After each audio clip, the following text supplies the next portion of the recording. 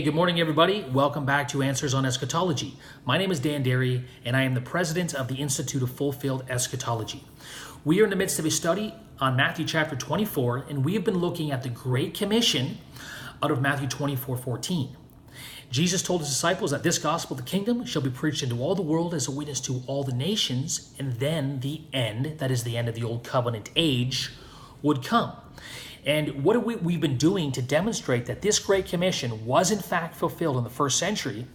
We have been comparing the Greek words that Jesus used to command the Great Commission, and we have been showing you that those same Greek words were used by Paul in his epistles to teach and to proclaim that the Great Commission had already been fulfilled in his lifetime.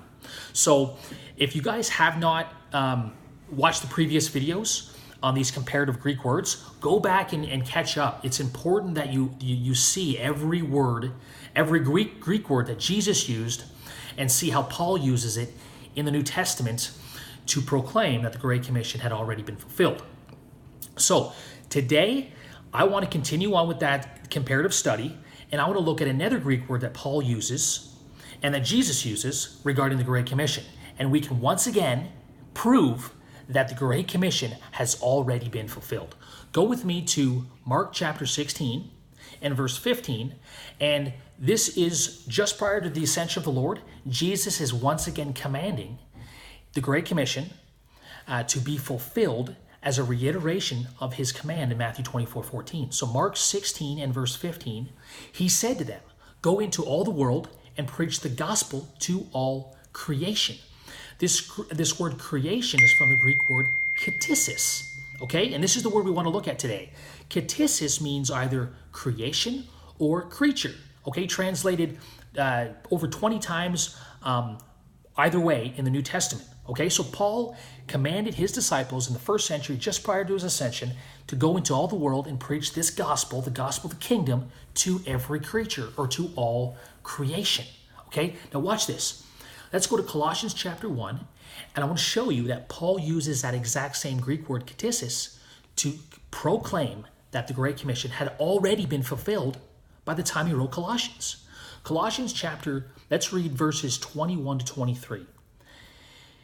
"And although you were formerly alienated and hostile in mind, engaged in evil deeds, yet has he now reconciled you in his fleshly body through death in order to present you before him holy and blameless and beyond reproach. If indeed you continue in the faith, firmly established and steadfast, and not moved away from the hope of the gospel," okay, this is the gospel of the kingdom, "that you have heard, which was proclaimed," past tense, "in all creation," ktisis, "under heaven, of which I, Paul, was made a minister." Listen, did you catch it?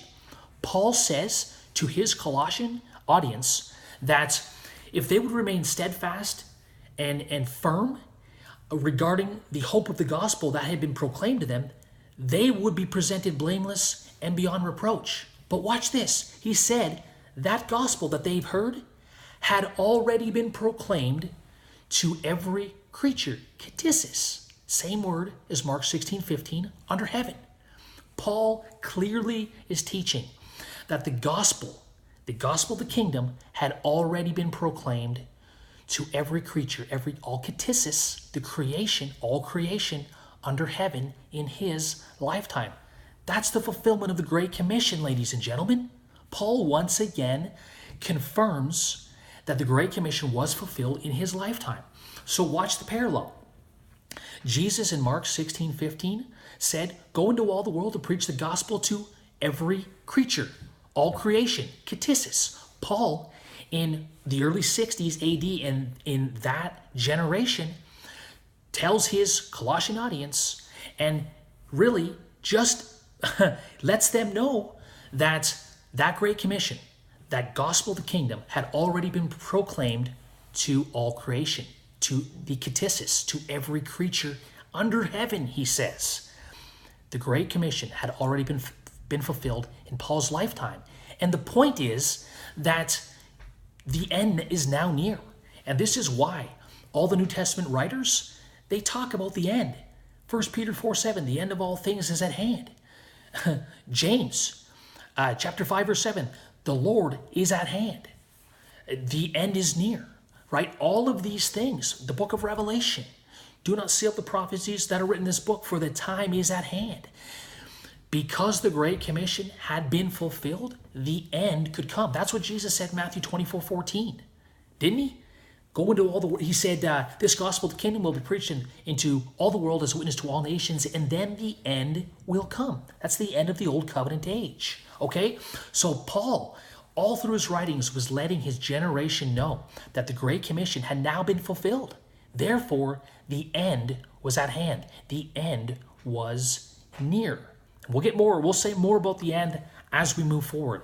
But I just wanted to demonstrate in this video once again that the Great Commission, according to the comparative Greek words, was fulfilled in the first century. And I'll say this, like I say every video, Paul's declaration that the Great Commission had been fulfilled in his lifetime, in his generation, perfectly validates and vindicates the words and the promise of Jesus in Matthew 24:34.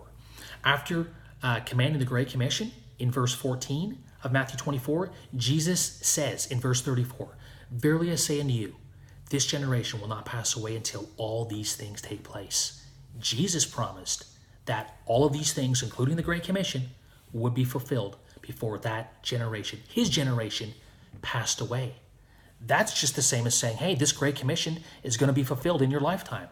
Paul comes along in their lifetime and vindicates the words of Jesus, and he establishes that that Great Commission was in fact fulfilled in his lifetime, in the lifetime of Jesus' first century disciples. So guys, let's believe this. Let's just receive the word as it's written and receive the apostolic testimony regarding the fulfillment of the Great Commission in the first century generation. Well, we got more to say next time regarding the Great Commission being fulfilled in the first century on Answers on Eschatology. Guys, so tune in. We'll see you next time. We'll see you soon. Bye for now.